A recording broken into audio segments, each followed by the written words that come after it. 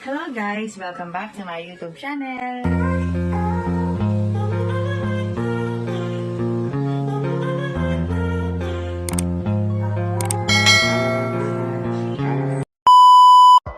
Yes, nandun kami.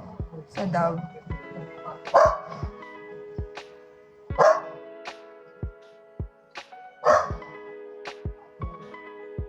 Ang ganda din niya. Char.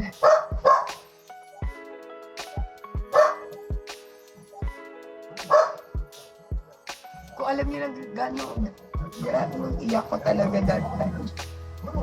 As in, malala ang iyak.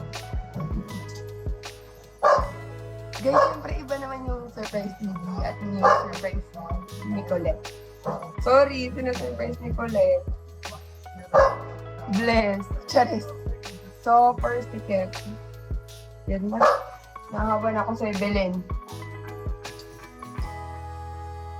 Yes. Ano sila? Dogs nila. Huwag naman. Bakit ko pa din si Joanne.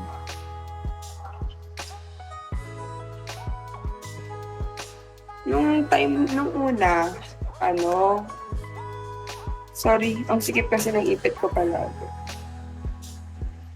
Yes, sister, bukulat mo ng kaya yung aircon.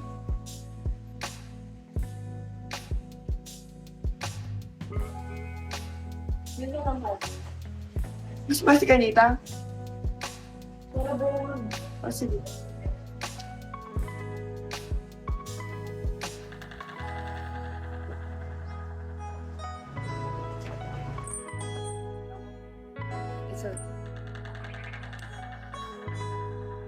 Ang tawag dito.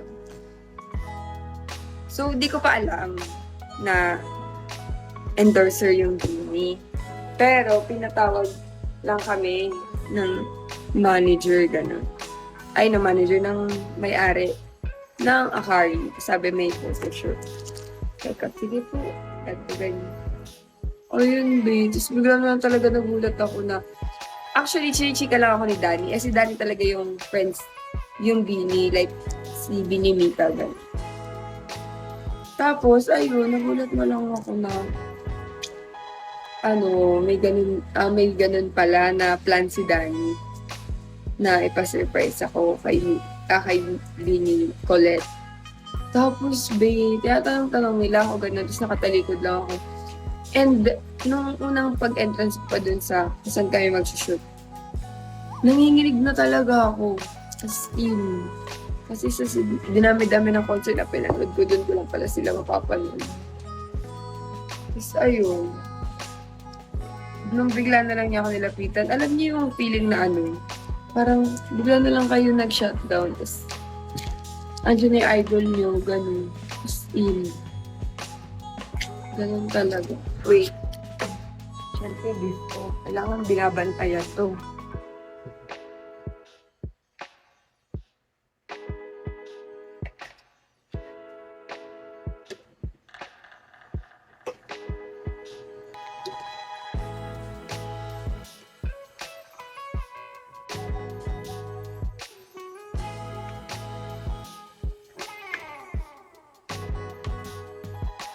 Diba, pinakahit ko na niluluto ay beef. Dahil, hirap lutuin yung beef eh. Tapos, ayun, after nun, ganun na talaga yung naramdaman ko as in malala. Sabi ko, ganito pala maging fangirling.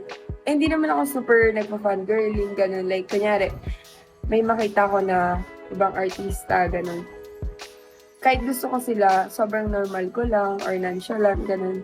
Parang, ganun lang, ganyan. Masaya na ako nakita ko sila, hindi ako magpapapicture and all, ganun. Masaya na ako nakita ko na sila, ganun. Kasi nakapicture na sila sa mind ko nun. Nakapicture sa mind. Hindi naman. Tapos yun, after nun, kay kulit lang talaga sabi ko, mag-picture kami. Pero alam niyo ba, siya pa nagsabi, go, picture po tayo. Ganun. Sorry. Iniisip ko na lang siya nagpa-picture sa kanya. Charis. So, sobrang saya ko talaga, malala. Tinawagan ko siya habang umiyak ako. Sabi niya, ba't ka umiyak? Sabi ko, nakita ko na tikuloy. Gamin.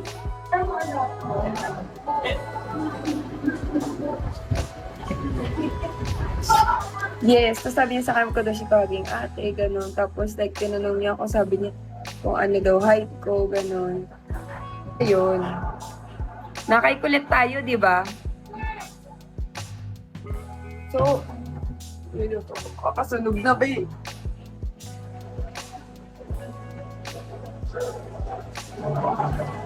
So, after nun, nung nakita ko si Colette, alam niyo, parang yun yung best day ever, as in.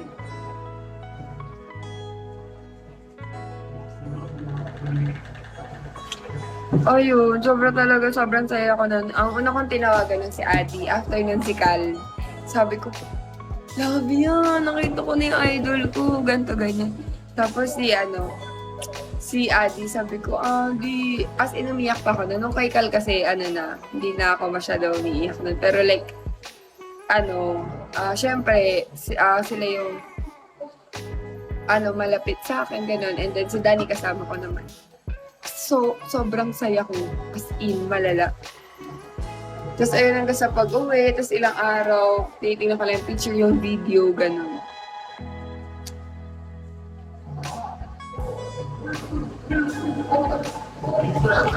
Ayun, kaya sabi ko talaga, hindi ko man i-post ganyan.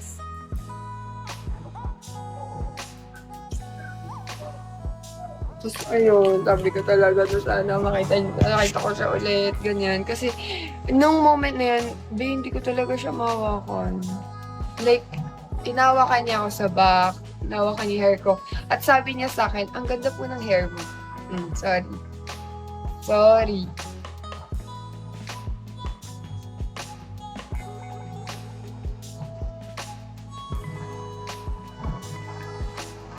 Yung kay Colette,